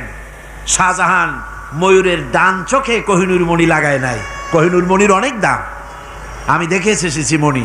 এখন সেটা কুইন এলিজাবেথের মুকুটে শোভা পাচ্ছে। সেই মণি এমনি বলে প্রবাদে ৭ রাজার ধন এক মাণিক্য, বলেন এরকম, অনেক দাম। শাহজাহান দেখালেন, আমি মুসলমান, আমার কাছে এটার দাম নাই, এই জন্য ময়ূরের ডান চোখে লাগালাম না, বাম চোখে লাগাই দিলাম। এইটারে চুরি করছে। তারপরে মিশর থেকে, মিশরের মমি চুরি করেছে, জুতা চুরি করছে, ছাতি চুরি করছে, পিসা চুরি করেছে। আমি বললাম, এগুলা কি ভদ্রলোক নাকি? এরা জুতা চোর, পিসা চোর, লাঠি চোর, সব চুরি করেছে। যাই দেখেন ব্রিটিশ মিউজিয়ামের মধ্যে সব দুনিয়ার চুরি করা জিনিস নিয়ে তারা মানুষকে দেখাইয়া পয়সা উপার্জন করছে। টিপু সুলতানের তরবারিটা পর্যন্ত চুরি করেছে। আজ পর্যন্ত ব্রিটিশ মিউজিয়ামে টিপু সুলতানের তরবারিটা আছে, আমি তরবারিটা দেখে এসেছি। আমার বন্ধুগণ, বলতেছিলাম যে পৃথিবীতে আল্লাহ রাব্বুল আলামিন নবীরা তাদের চরিত্র দিয়ে বিপদের মোকাবেলা করে, দুনিয়ার সামনে কঠিন বিপদের মোকাবেলা করে অবিচলতা, দৃঢ়তা দেখায় গেছেন যে কেমন করে এই পৃথিবীতে বিপদের সামনে মোকাবেলা করতে হয়। ধৈর্য ধরতে হবে। বিপদ আসবে পাহাড় সমান হয়ে, আপনাকে ধৈর্য ধারণ করতে হবে সেভাবে বুক বেঁধে। যেহেতু এটা যদি বিশ্বাস হয় যে আমার কিসমতে যা আছে তার থেকে বেশি কিছু হবে না, তাহলেই আপনার ধৈর্য আসবে, ভয় পাবেন না। কথা ঠিক কিনা কন? এবারে হযরত হুদ আলাইহিস সালাম সম্পর্কে আল্লাহ রাব্বুল আলামিন বলেন, হযরতে হুদকে যখন ষড়যন্ত্র হলো, কাফির বেঈমানেরা তাকে মেরে ফেলার জন্য যখন সরকারি ষড়যন্ত্রে লিপ্ত হয়ে গেল, হযরতে হুদ সমাজের এই চ্যালেঞ্জের মোকাবেলা করলেন। হযরত হুদ বলেন, ফাকিদুনি জামিআন সুম্মা লা তুনজিরুন ইন্নী তাওয়াক্কালতু আলাল্লাহি রাব্বি ওয়া রাব্বিকুম। তোমরা তোমাদের ষড়যন্ত্র আমার বিরুদ্ধে যত পারো আমার বিরুদ্ধে ষড়যন্ত্র চালাও, এতটুকুন আমার অবকাশ দিও না। আমি এমন আল্লাহর উপরে ভরসা করেছি যার হাতের ভিতরে তোমাদেরও জান আর আমারও জান। যা পারো তাই করো। সরকার সমস্ত শক্তি একত্রিত হয়ে আমার মোকাবেলা করো।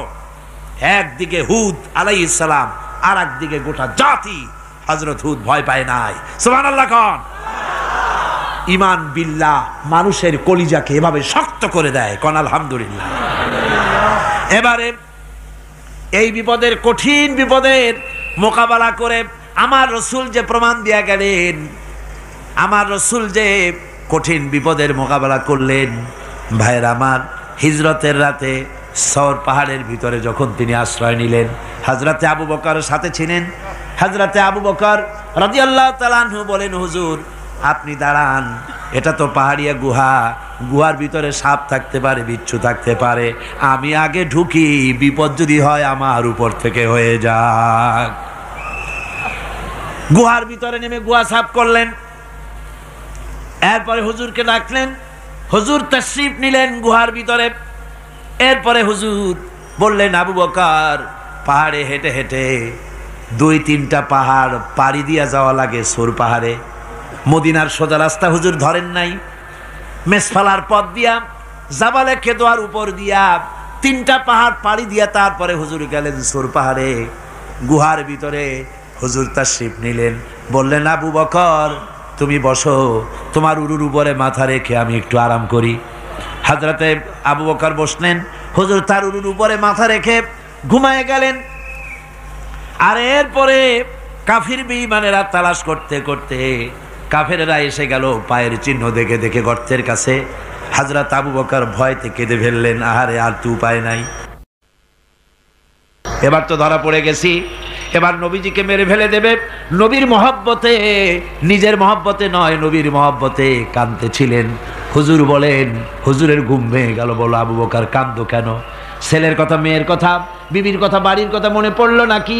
হযরত আবু বকর বলেন, ইয়া রাসূলুল্লাহ, আল্লাহর কসম করে বলি যেদিন ঈমান এনেছি এই কলিজার ভিতরে মা বাপ, স্ত্রী, পুত্র, পরিজন, এমনকি আমার নিজের জীবনের চাইতে আপনারে বেশি ভালোবাসি।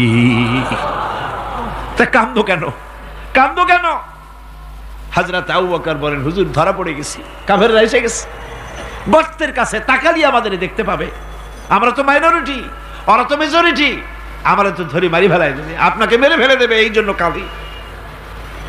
আল্লাহ রাব্বুল আলামিন, হুজুর তখন কি দৃঢ়তা, কি অবিচলতা, কি ধৈর্যের পাহাড় সম মনোবৃত্তি তখন দেখালেন। আল্লাহ কোরআন শরীফে চিরকাল যাতে মানুষেরা হেদায়েত নিতে পারে সেজন্য হুজুরের কথা উঠায় দিলেন কোরআনে। আল্লাহ পাক বলেন, ইযহুমা ফিল গার ইয ইয়াকুলু লিসাহিবিহি লা তাহজান ইন্নাল্লাহা মা'ানা। ও বন্ধু, ভয় পেও না, আল্লাহ আমাদের সাথে আছেন। সুবহানাল্লাহ গো, আল্লাহ আমাদের সাথে আছেন। আমরা মাইনরিটি নই, আমরাই মেজরিটি। আল্লাহ আছে আমার সাথে, ভয় পাওয়ার কোনো কারণ নাই। সুবহানাল্লাহ। আল্লাহ পাক বলেন, ফাআনসালাল্লাহু সাকিনাতাহু আলাইহি ওয়া আইয়াদাহু বিজুনুদিন লাম তারাওহা। আমি এদের অন্তরের ভিতরে আমি শান্তি নাজিল করে দিলাম, প্রশান্তি দিয়া দিলাম, আর আমি সাহায্য করলাম, আর এমন সব সৈন্য পাঠায় দিলাম যে সৈন্যগুলি তোমরা দেখতে পাও নাই। সুবহানাল্লাহ ওয়া বিহামদিহি।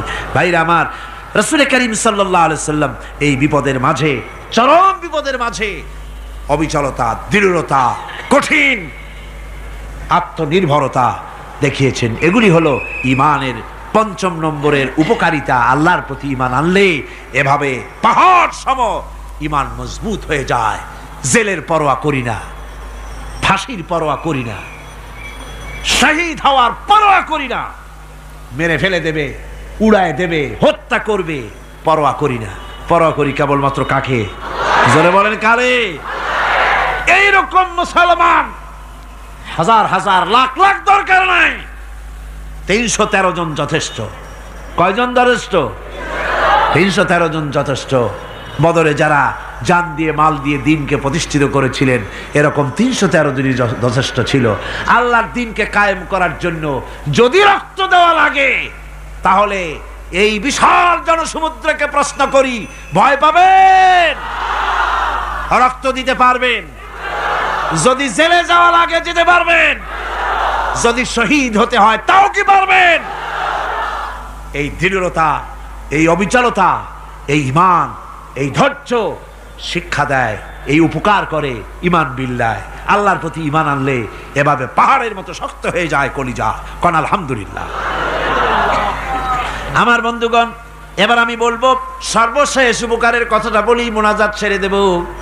কয়টার কথা বলছিলাম? উপকার 6টা উপকারের কথা বলেছি। অনেকগুলি বৈশিষ্ট্য, অনেকগুলি উপকারের মধ্যে আল্লাহর প্রতি ঈমানের 6টা উপকারের কথা 5টা বলা হয়ে গেছে।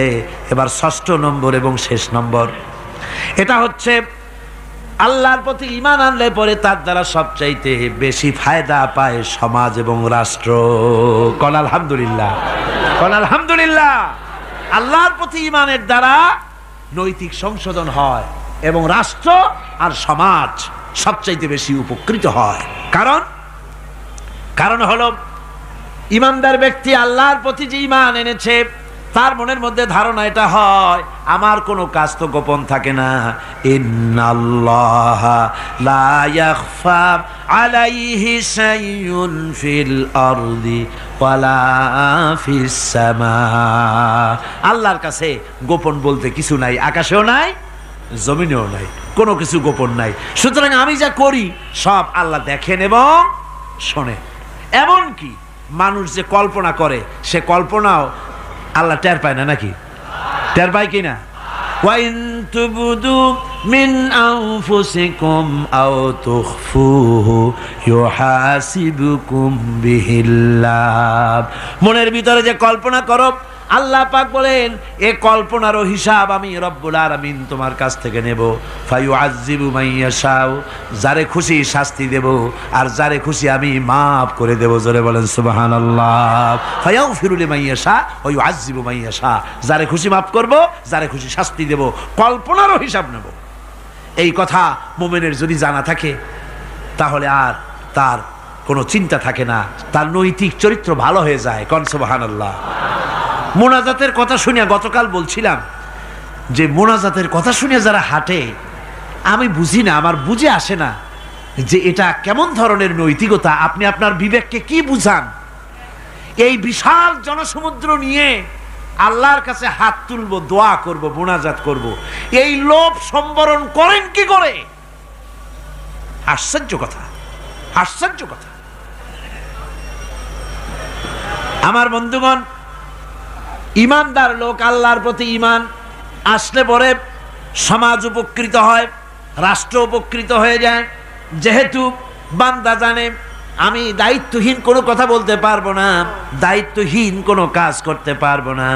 আল্লাহ পাক বলেছেন, মা ইয়ালফিযু মিন কাউলিন ইল্লা লাদাইহি রাকীবুন আতীদ।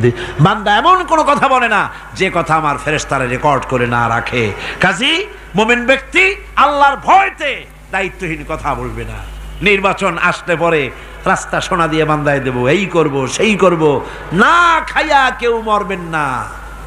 আসে না নির্বাচনের সময় সারাগালি বদনারা মঞ্চে দাঁড়িয়ে কত বড় বক্তৃতা করে, ভাইয়ের আমার, বোনের আমার, এবার আমার বোতল মার্কা বাক্স,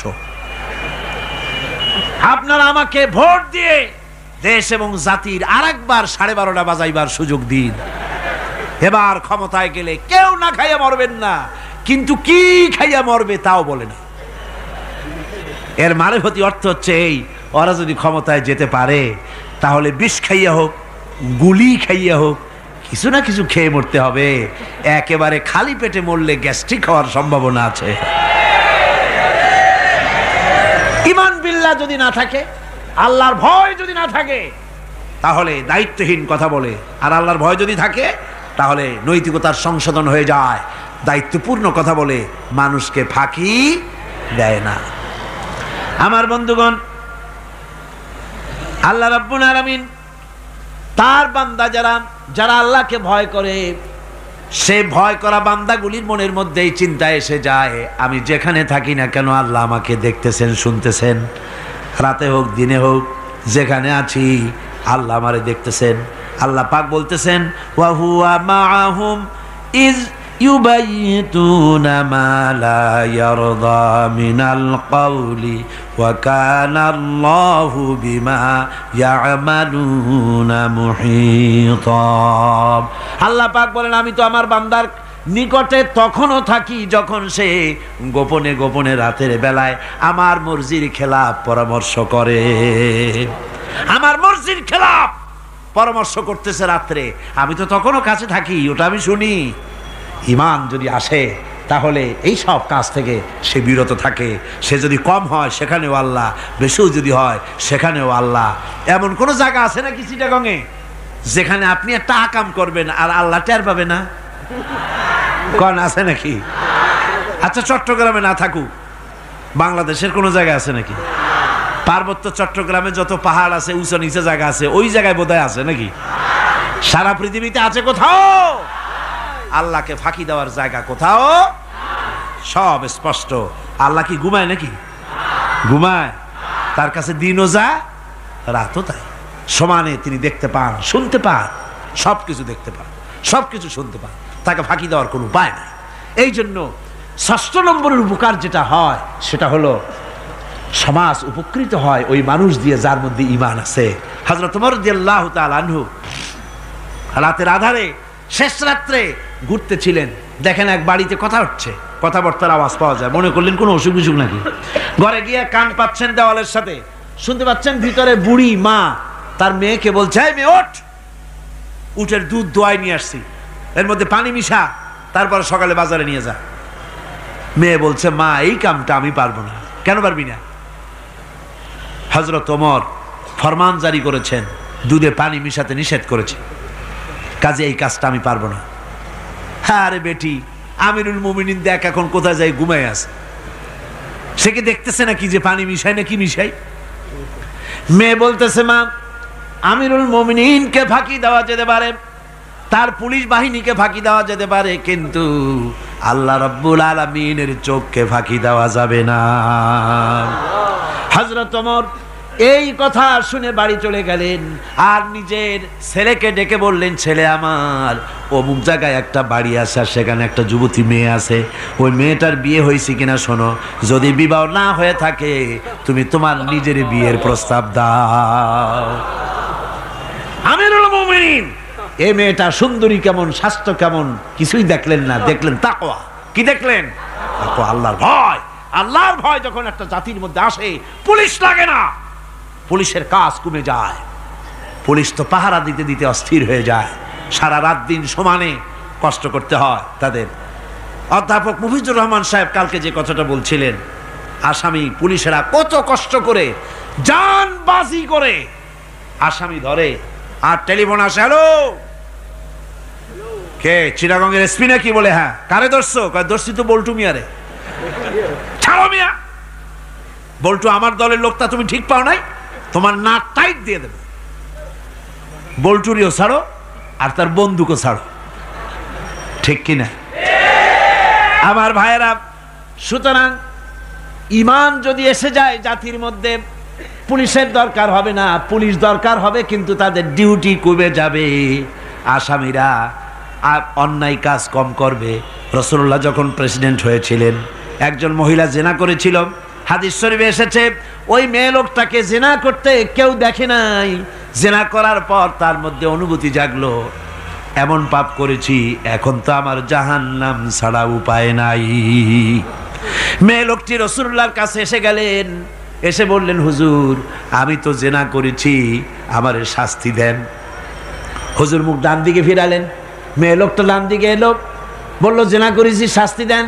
হুজুর বাম দিকে ফিরলেন, মেয়ে লোকটা বাম দিকে এসে বলল জিনা করেছি শাস্তি দেন। মেয়ে লোকটা কিন্তু জানে জেনার শাস্তি সহজ ব্যাপার নাই, পাথর মেরে উড়িয়ে দেওয়া, মৃত্যুদণ্ড জানা আছে তার। এরপরে মেয়ে লোকটা চিন্তা করেছে দুনিয়ায় পাথর খেয়ে মরবো, কিন্তু তবুও জাহান্নামের কঠিন আগুন সহ্য করতে পারবো না। রাসূলুল্লাহ বললেন, ও মেয়ে লোক, তুমি কি জিনা কর্তৃক গর্ভবতী হয়েছো নাকি? মেয়ে লোকটা বলল, হুজুর আমি গর্ভবতী হয়েছি। হুজুর বললেন, তুমি অপরাধ করেছো, তোমার গর্ভস্থিত সন্তান তো কোনো অপরাধ করে নাই, সুতরাং শাস্তি এখন দেওয়া যাবে না, ডেলিভারি হোক তারপরে শাস্তি দেব। মেয়ে লোকটা চলে গেলেন, আল্লাহর নবী তার নামে কোনো কেস ফাইল করেন নাই, গোয়েন্দা বিভাগের পুলিশ লাগান নাই। ডেলিভারির পর এই মেয়ে লোক আবার এসে হাজির, পুলিশ দিয়ে আনা লাগে নাই, আবার এসে হাজির, হুজুর আমি সেই হতভাগিনী, বলছিলেন ডেলিভারির পর বিচার করবেন, এই যে বাচ্চা হয়েছে, এ বাচ্চার দায়িত্ব কাউকে দেন, আর আমারে তাড়াতাড়ি শাস্তি দেন, আমি যদি মরে যাই আমি জাহান্নামে চলতে পারবো না। হুজুর বললেন, অপরাধ তুমি করেছো, এই বাচ্চার অধিকার আছে তোমার বুকের দুধ খাবে, আমি সেই অধিকার বাচ্চাকে নষ্ট করতে পারি না, বাচ্চা দুধ ছাড়ুক তারপরে এসো। 2 বছর যেতে না যেতে ওই মেয়ে লোকটি বাচ্চারে কোলে করে নিয়ে এসেছে, পুলিশ লাগে নাই, গোয়েন্দা বিভাগের কাউকে পাঠানো লাগে নাই, মেয়ে লোকটি বাচ্চা কোলে করে নিয়ে এসে হাজির, হুজুর আমারে চিনছেন নাকি? আমি তো সেই হতভাগিনী, জেনা করছিলাম, বিচার চাইছিলাম, ডেলিভারি পরে হবে বলছিলেন, দুধ ছেড়ে দিলে পরে হবে বলেছিলেন। আমার ছেলে এখন দুধ ছেড়ে দিয়েছে, আমি তারে রুটি খাওয়া শিখাইছি, দুধ ছাড়া এখন সে বাঁচবে। আমি তার হাতে রুটি দিয়ে আনছি, দেখেন ও রুটি খেতে পারে, আর দেরি করবেন না, আমার বিচার করে দেন। রাসূলুল্লাহ ছেলেটার দায়িত্ব কাউকে দিয়ে দিলেন, আর বললেন এই মহিলাটিকে নিয়ে যাও, বুক পর্যন্ত মাটির মধ্যে গেড়ে দিয়ে তারপরে রজম করো। মেয়ে লোকটিকে বুক পর্যন্ত গেড়ে দেওয়া হলো, চতুর্দিক থেকে পাথর মারা হচ্ছিল, পাথরে দেখে শরীরে রক্ত ছিটে এক সাহাবীর গায়ে লাগলো। সাহাবী তারে গালি দিয়েছিলেন, হুজুর শুনে বললেন সাহাবী গালি দিও না, এ মেয়ে লোকের তওবা আল্লাহর কাছে এত কবুল হয়ে গেছে, যদি এই তওবাকে ভাগ করে দেওয়া হয় গোটা মদিনাবাসীর নাজাতের জন্য তা যথেষ্ট হয়ে যাবে। সুবহানাল্লাহ। পুলিশ লাগে নাই, এমন সমাজ কায়েম হয়। ঈমান বিল্লাহ, আল্লাহর প্রতি ঈমান যদি এসে যায়, জাতির যদি রক্তে রন্ধ্রে রগে রেশায় যদি ঈমান এসে যায়, তাহলে পুলিশ বিডিআর আর্মি আরামে ঘুমাবে, তাদের জন্য পরিশ্রম হবে না, কষ্ট হবে না, অপরাধ প্রবণতা কমে যাবে, মানুষের অশান্তি কমে যাবে, শান্তির বন্যা প্রবাহিত হয়ে যাবে। সুবহানাল্লাহি বিহামদিহি। এই জন্য রাসূলুল্লাহ বলেছিলেন খায়রুল কুরুনে কারনি, সর্বশ্রেষ্ঠ যুগ কার যুগ? জোরে বলেন না, সর্বশ্রেষ্ঠ যুগ কার যুগ? রাসূলুল্লাহর যুগ। জোরে কোন কার যুগ? রাসূলুল্লাহর যুগ।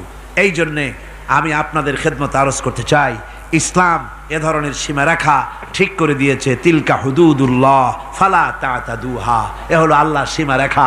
এই সীমারেখাকে ভঙ্গ করো না, লঙ্ঘন করো না, আল্লাহর উপরে ঈমান পরিপূর্ণরূপে আনো এবং এই ঈমানের উপরে ভিত্তি করে নিজেদের জীবনকে পরিচালিত করো।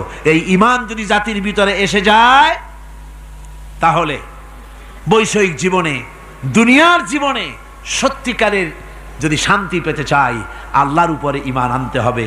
ইহকাল পরকালে যদি নাজাত পেতে চাই, আল্লাহর উপরে ঈমান আনতে হবে। আর আমরা আমাদের চিন্তা ভাবনায়, ওঠায় বসায়, চলায় ফেরায়, সর্বত্র আল্লাহর উপরে পরিপূর্ণ মাত্রায় ঈমানটা যদি এসে যায়, তাহলেই শান্তি, তাহলেই মুক্তি। গোটা সমাজ শান্তি পাবে, আমরা দুনিয়ায় আরাম পাবো, কিয়ামতে জাহান্নাম থেকে মুক্তি পাবো। জোরে কোন আমিন, আরো জোরে কোন আমিন।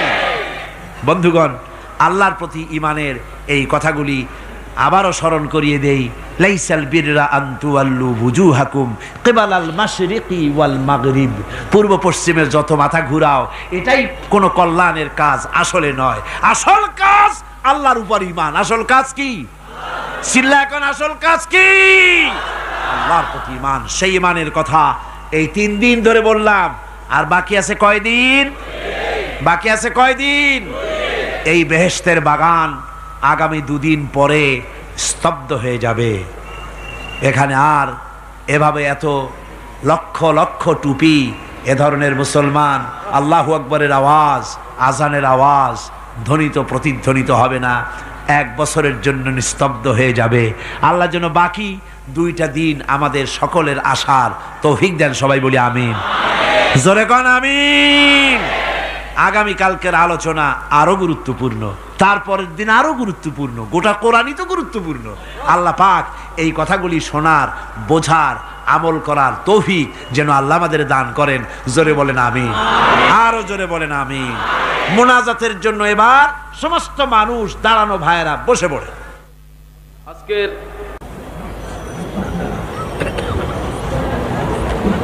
মোনাজাতের পর আজান হবে বা জামাত এশার নামাজ পড়ে আপনারা যাবেন। আর যাওয়ার সময়, আসার সময় আপনারা আল্লাহর নামের ধ্বনি দিতে দিতে যাবেন আর আসবেন। গোটা শহর জুড়ে তাফসীর চলাকালীন চট্টগ্রামের আকাশ বাতাস, গাছপালা, তরুলতা, মানুষ, পুরুষ, নারী সবাই যেন টের পায় যেখানে তাফসীরের মাহফিল হচ্ছে। যাবেন এবং আসবেন যখন, মুখ বুঝে যাতায়াত কেন, নারায়ে তাকবীর, আল্লাহু আকবার, ইসলাম ছাড়া অন্য কিছু মানি না, আল কোরআনের আলো ঘরে ঘরে জ্বালো, এসব সুন্দর সুন্দর স্লোগান দিতে দিতে যাবেন, স্লোগান দিতে দিতে আসবেন, আল্লাহর নারা লাগাবেন, আল্লাহর আওয়াজকে বুলন্দ করবেন, আল্লাহ সকলকে তৌফিক দিন, আল্লাহুম্মা আমিন। রব্বানা যালামনা আনফুসানা ওয়া ইন লাম তাগফির লানা ওয়া তারহামনা লানাকুনান্না মিনাল খাসিরিন। রব্বানা লা তুযিগ কুলুবানা বা'দা ইয হাদাইতানা ওয়া হাব লানা মিন লাদুনকা রাহমাতান ইন্নাকা আনতাল ওয়াহ্হাব। রব্বানা ফাগফির লানা যুনুবানা ওয়া কাফির আন্না সাইয়্যাতিনা ওয়া তাওয়াফফানা মা'আল আবরার। রব্বানা ওয়া আতিনা মা ওয়া'আদতানা আলা রুসুলিকা ওয়া লা তুখজিনা ইয়াওমাল কিয়ামা ইন্নাকা লা তুখলিফুল মিয়াদ। আয় আল্লাহ রাব্বুল আলামিন, বিশাল এই জনতা নিয়ে তোমার দরবারে হাত তুলেছি রব্বুল আলামিন। কোরআনে কারীমের মাহফিল বড় আশা করে হাত তুলেছি, মেহেরবানি করে আলোচনার সব রাসূল করিম সাল্লাল্লাহু আলাইহি ওয়াসাল্লামের রূহ মুবারকে পৌঁছায়া দাও। तमाम पृथिवीर माटिर नीचे मोमेन मोमेनात যারা শুয়ে আছে তাদের রূহের বলে সব পৌঁছায় দাও রব্বুল আলামিন। আমাদের মা বাপ যাদের দুনিয়া থেকে বিদায় হয়ে গেছে কবরগুলিকে জান্নাতের টুকরা বানায়া দাও। রব্বির হামহুমা কামা রব্বায়ানি সগীরা। সবাই পড়েন রব্বির হামহুমা কামা রব্বায়ানি সগীরা।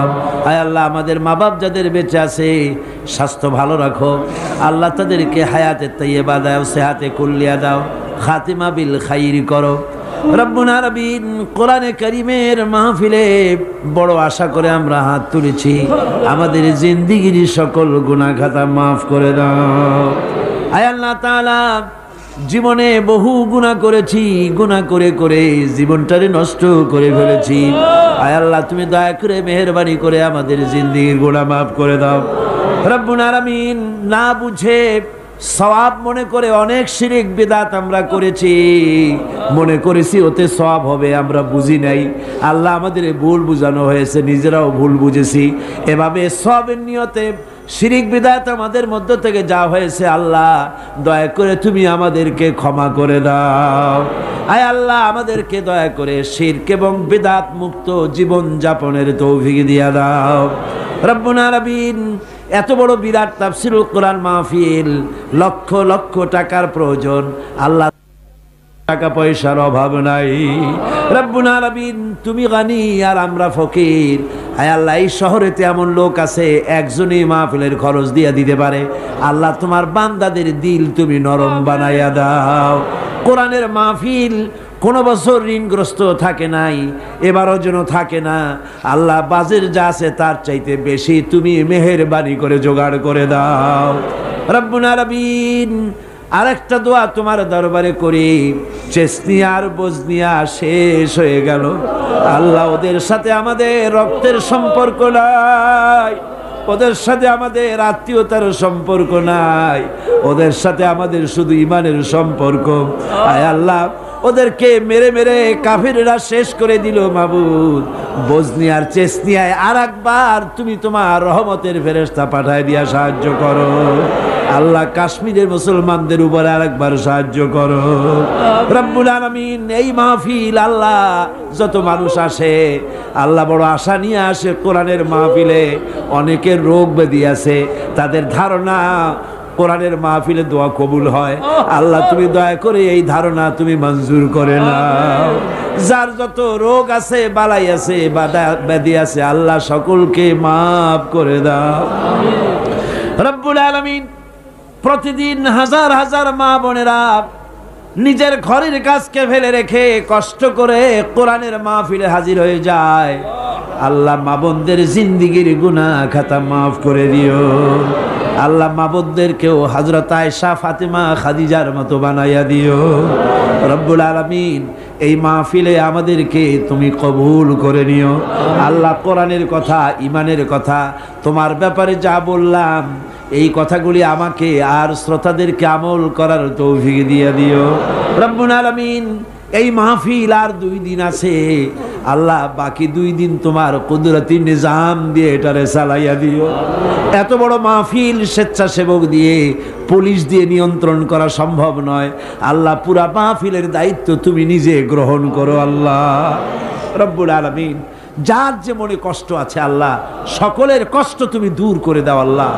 আয় আল্লাহ, যে কোরআনের কথা বলতেছি তোমার কথা, এই কোরআনের আইন বাংলাদেশে চালু হয়েছে, এই দৃশ্য আমাদের চোখে দেখার তৌফিক দিয়ে দিও আল্লাহ রব্বুল আলামিন। প্রত্যেকের মনের কষ্ট দূর করে দিও।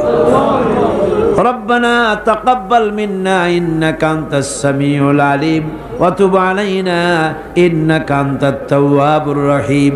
আয় আল্লাহ, আরেকটা দোয়া করি, বাংলাদেশে বড় রকমের রাজনৈতিক সংকট চলতেছে আল্লাহ। দেশ কোন দিকে যাচ্ছে, কি হবে আমরা কিছুই বুঝি না। আল্লাহুম্মা লা তুসাল্লিত আলাইনা মান লা ইয়ারহামুনা, আল্লাহুম্মা লা তুসাল্লিত আলাইনা মান লা ইয়ারহামুনা, আল্লাহুম্মা লা তুসাল্লিত আলাইনা মান লা ইয়ারহামুনা। আয় আল্লাহ, এই জমিনের মানুষদেরকে আল্লাহ তোমার হাবিবের পৃথিবীর দ্বিতীয় বৃহত্তম মুসলমানের দেশ আল্লাহ, দেশটাকে ষড়যন্ত্রের হাত থেকে বাঁচাইয়া দাও। সুবহান রাব্বিকা রাব্বিল ইজ্জাতি আম্মা ইয়াসিফুন ওয়া সালামুন আলাল মুরসালিন আলহামদুলিল্লাহি রাব্বিল আলামিন। ওয়াজআল আখিরা কালিমাতিনা ইনদাল মাউত লা ইলাহা ইল্লাল্লাহু মুহাম্মাদুর রাসূলুল্লাহ। আসসালামু আলাইকুম ওয়া রাহমাতুল্লাহ।